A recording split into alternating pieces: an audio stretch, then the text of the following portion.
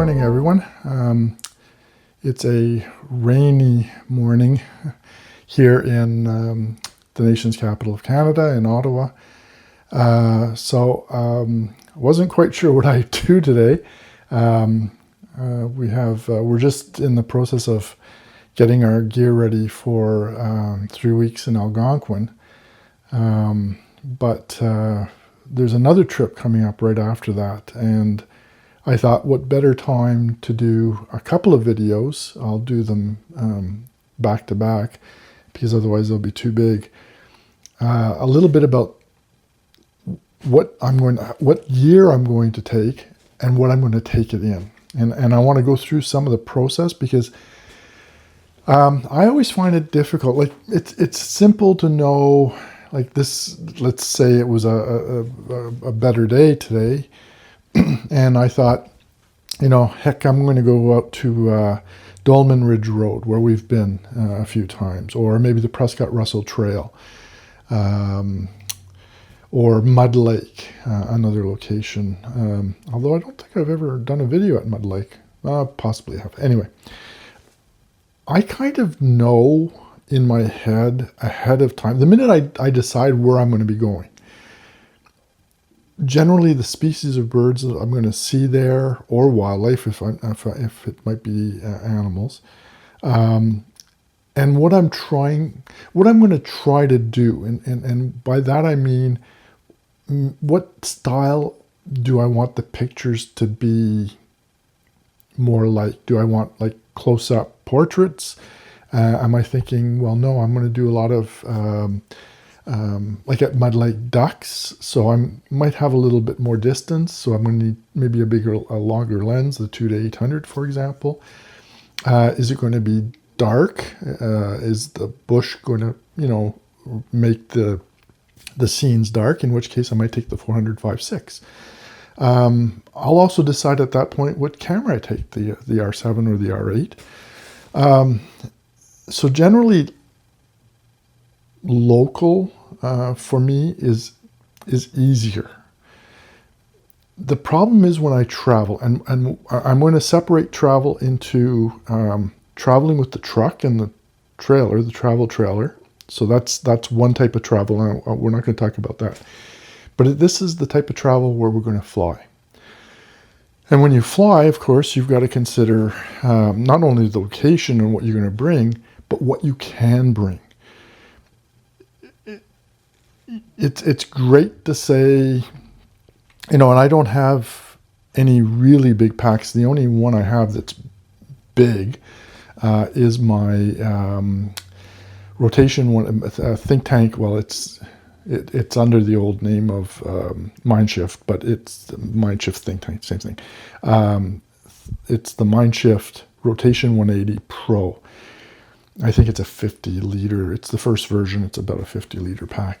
Now that thing is both tall and it's bulky. It's like, I've gone hiking with that where I had to scramble, and I immediately when I got home I bought a different backpack for when I have to do, where I need to have my two hands, or at least my feet in one hand, free to scramble on something, because that back is lovely. I love the Rotation 180, but it's just so bulky. And when you're flying, and I fly traditionally, I'd say Air Canada is going to be 90% of the flights I'm taking.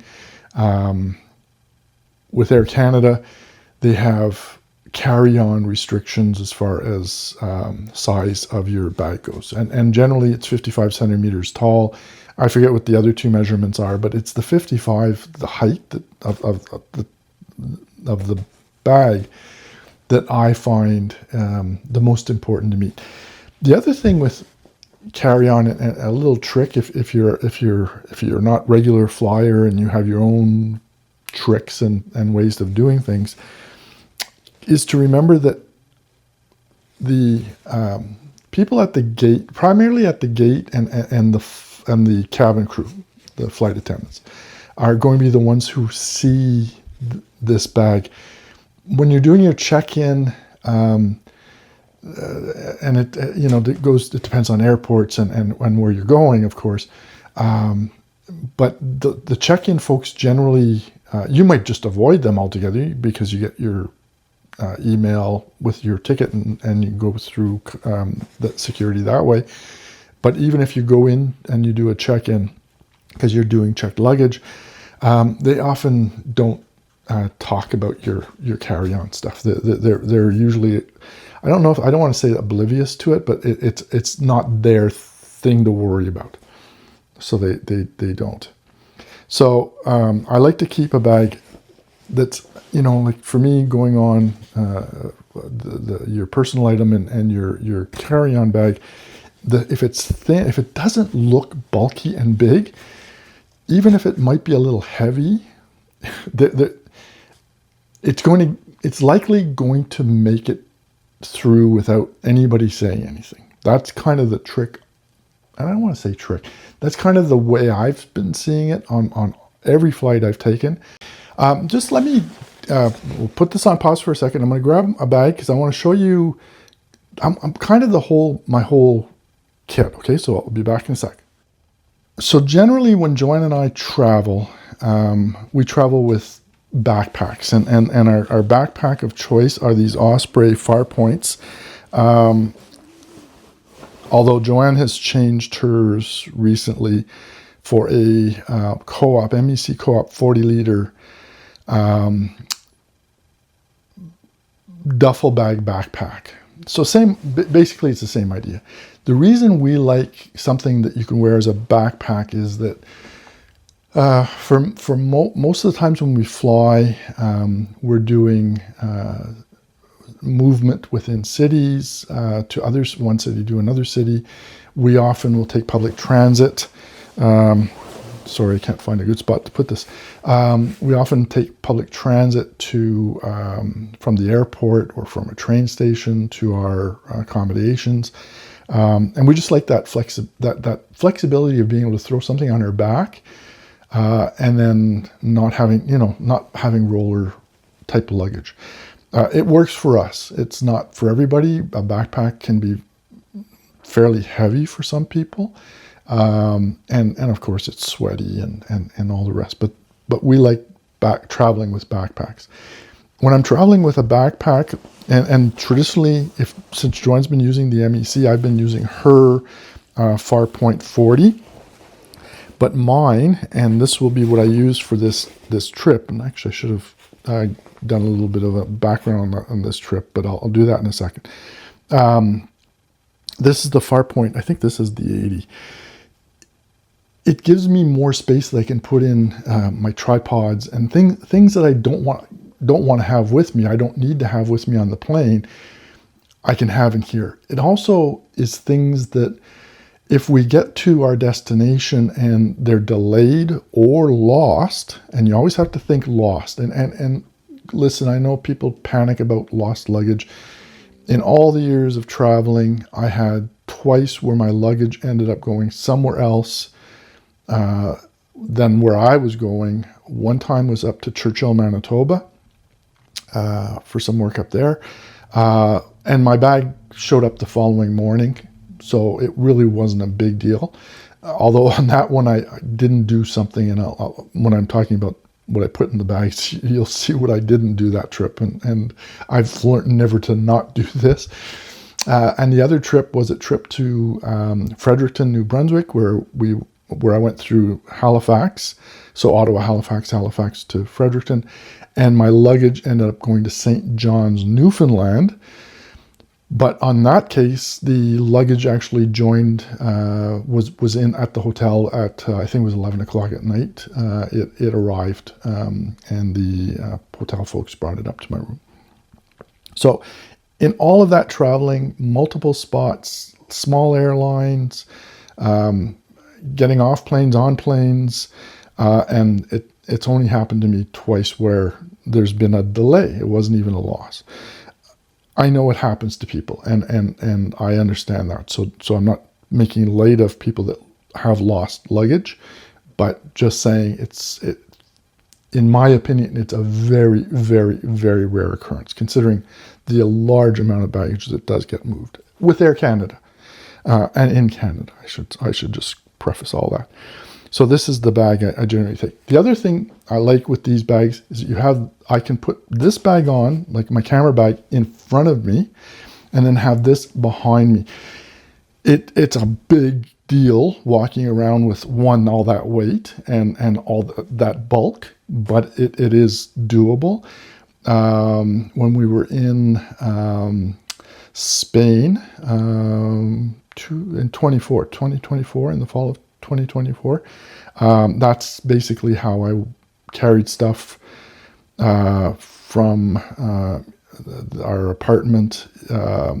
If you know Spain and Granada, we were right near the Alhambra and walking to the train station. And when we got we took the train to Cordoba. When we walked from the Cordoba train station to our accommodations near the Mosque Cathedral, same thing. We walked that, and then we did that a third time in Sevilla, and then a fourth time in Malaga for that trip. And all those walks were, I don't think any of them were more than 2 kilometers, but they were all at least 1 kilometer. And yes, it was heavy. I had the smaller pack, and I had slightly less gear in my camera bag than I'll be taking on this next trip, but it was still doable. Okay, so we'll just put this away for a now, and I'll show you my last 2 items before we get into this.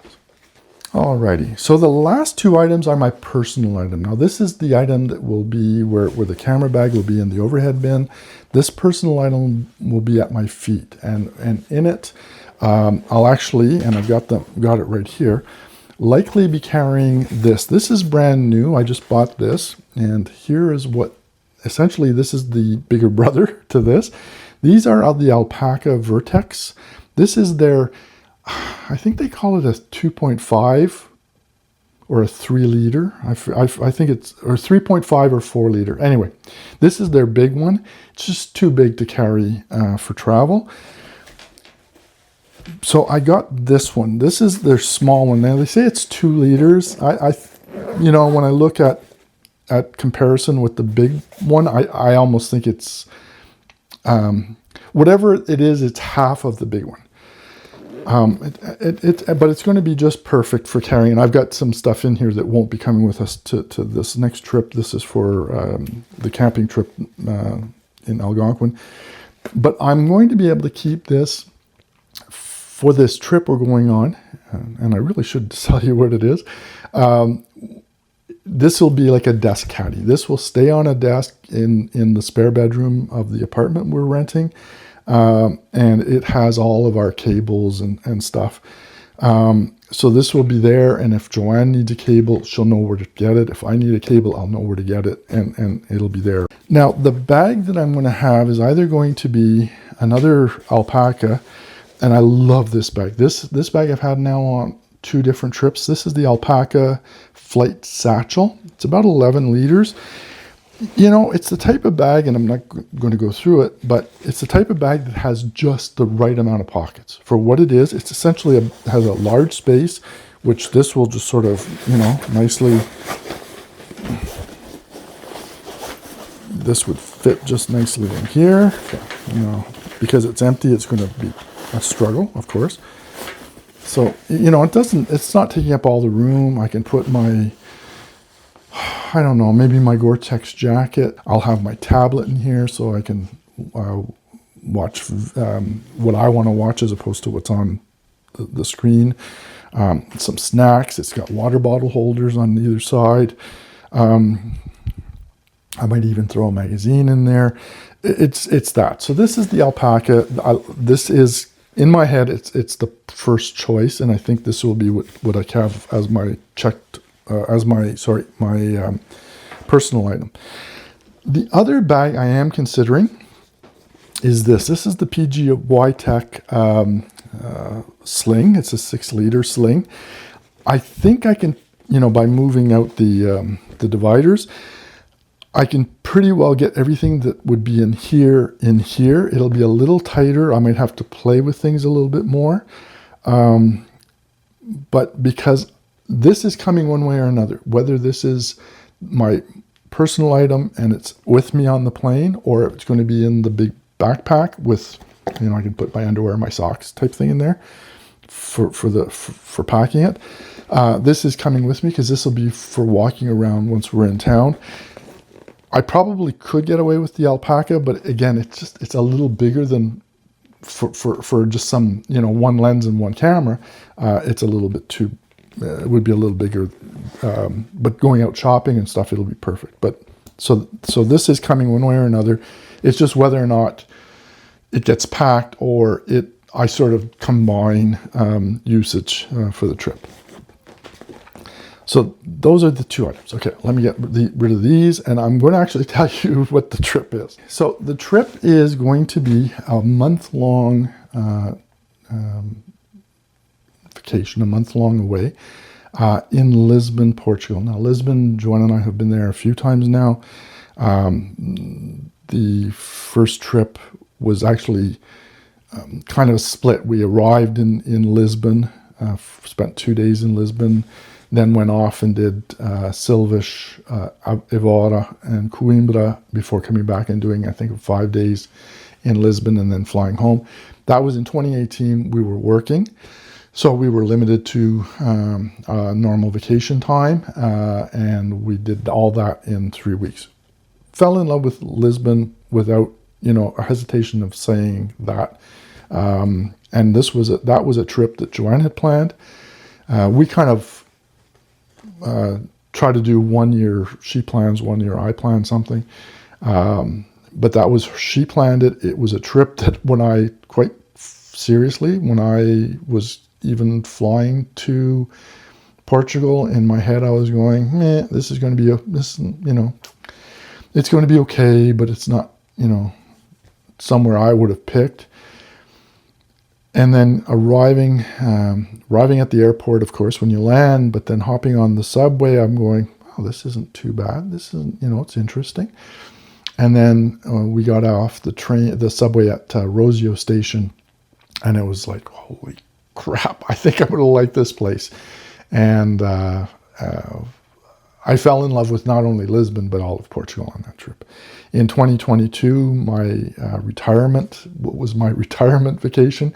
So I had a pile of vacation time that I took and actually retired. My retirement date was while we were on the island of Madeira. On that trip, we arrived in Porto, went up to Lindoso, which is in the north in the national park. Makes sense. A Parks Canada person going to a national park in Portugal, the only national park in Portugal. And then we drove back to Porto, hopped on a plane, and got to Madeira for 2 weeks. And then at the end of that, went back to Lisbon and spent 10 days in Lisbon. Both those, the 5 days and then the 10 days in Lisbon, were spent in the Alfama district.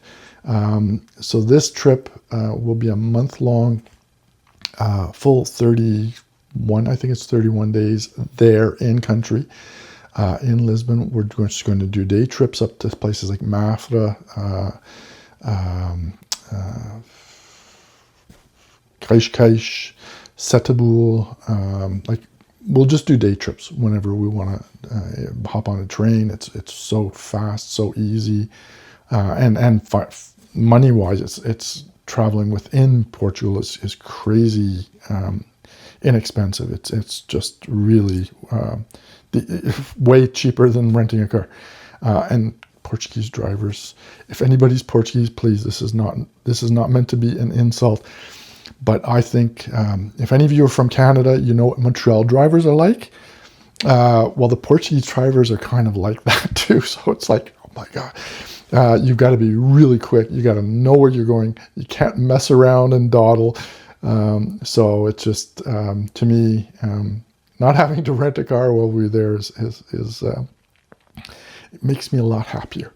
So we'll do that for this trip. Now, this trip will also be the month we're there.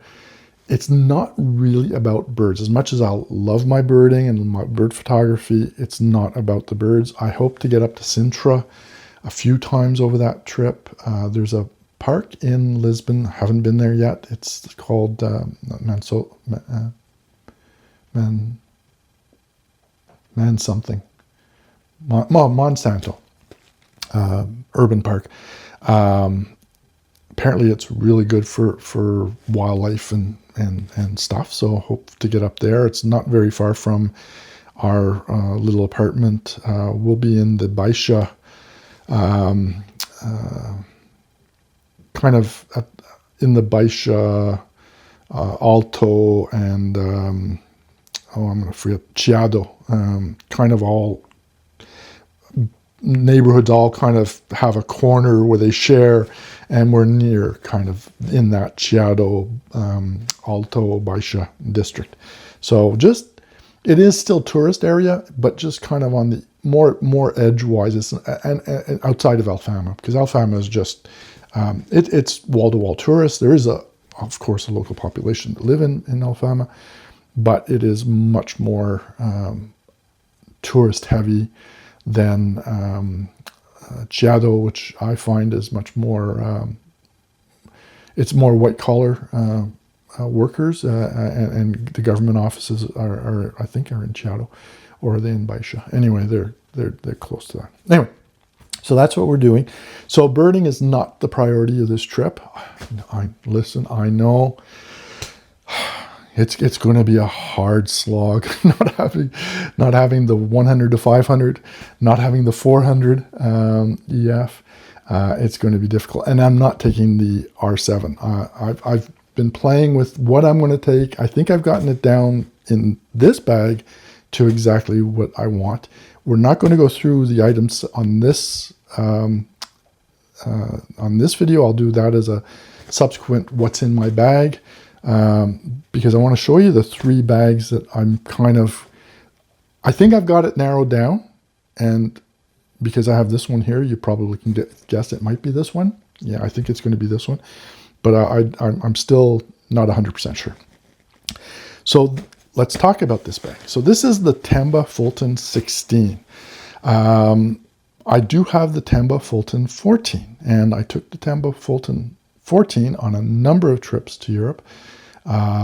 Smaller, it's very similar. I mean, very simple bag, back access, roll top. The 14 does not have a hip belt, and that's why I got the 16.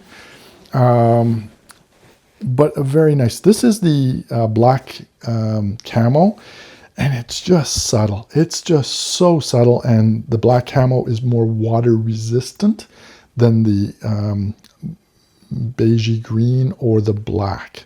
So that was the other reason I picked, of the 3 colors, I went with this just a little bit, and it's got the AquaGuard zippers. So the 14, let me just go back to the 14 first, the Fulton 14. So the Fulton 14 I had with me in France when we did Bordeaux and Paris. Now that was a trip that was very bird. That was about going birding. Even though we were in Bordeaux and Paris, we're big cities. We went out to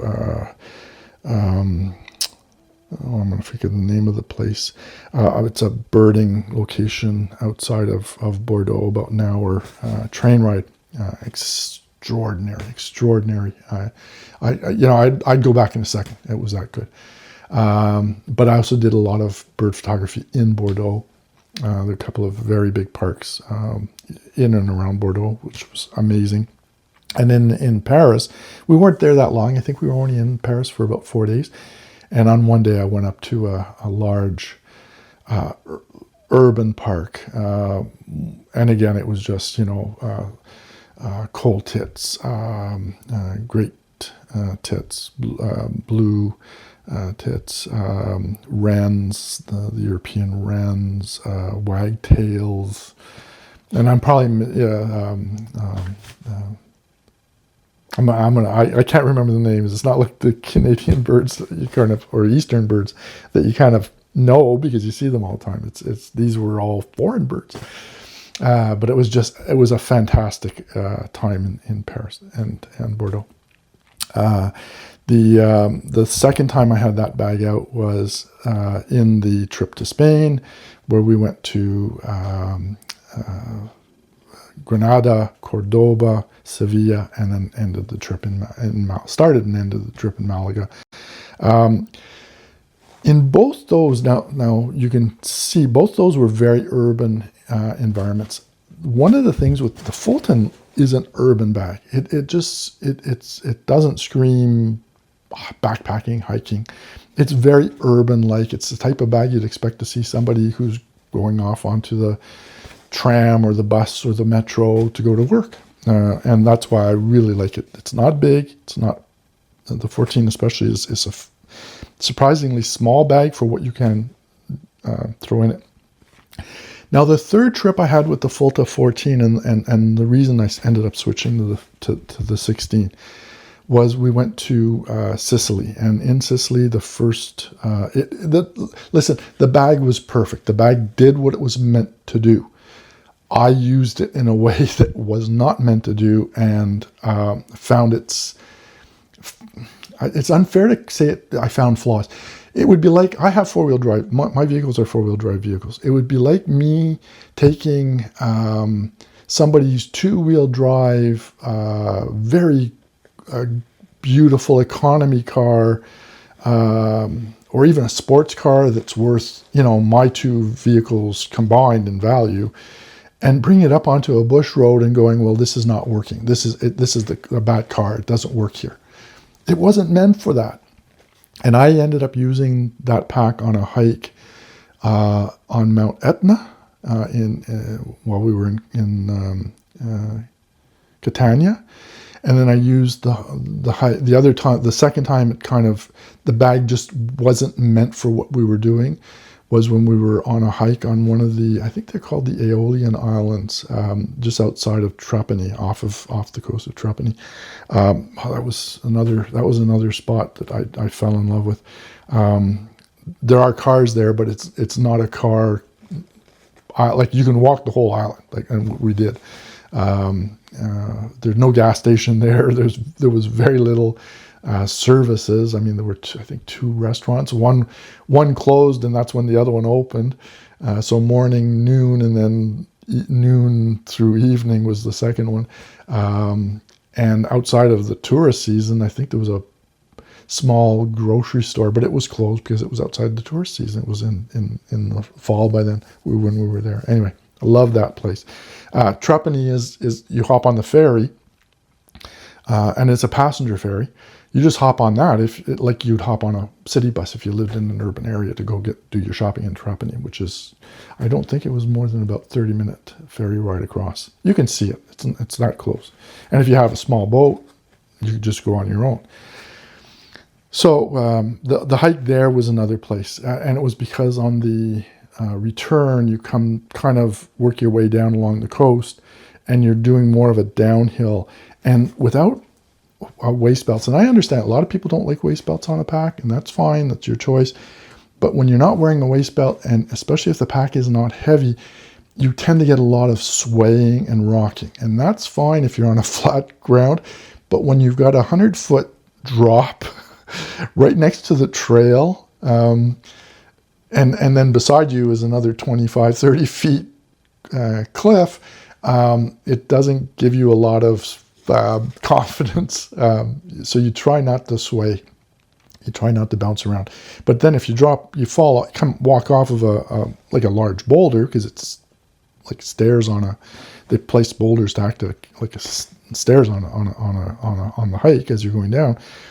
You're not dealing with the 7-inch, 6-inch rise under building code of a proper stairwell.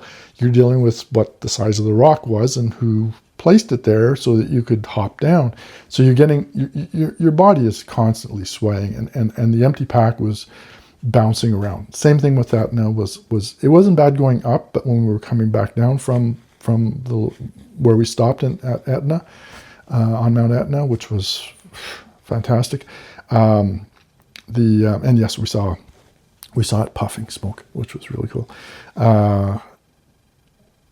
It was floating around a lot, and I had a little bit more weight in it off that trip for that hike, and it was just worse having without the belt. So when I got home right away, I bought this.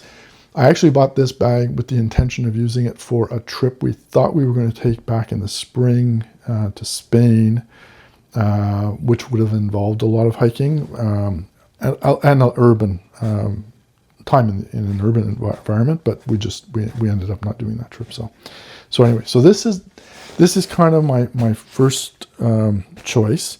And again, I'll go through. Actually, I have everything set up in here with how I'm going to carry, but I wanted just to do this first video that sort of sets the stage and the bags. So let's grab bag number 2.